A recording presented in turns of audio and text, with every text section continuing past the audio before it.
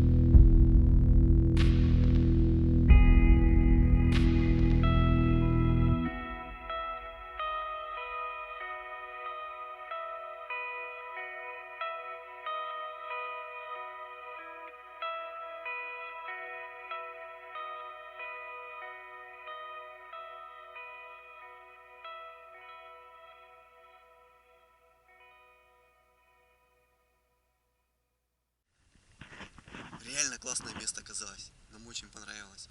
Самое главное, что не изгажено людьми. Надписей практически нет. Одна единственная надпись, и то датируемая 1920 годом, по-моему. Ну, я потом на видяшке покажу. Люди, когда отдыхаете в красивых местах, обязательно заботьтесь о том, чтобы места оставались такими же красивыми и чистыми, как были до вас. А лучше еще чище. С вами был Александр Песклов. Заходите на канал, смотрите еще видео.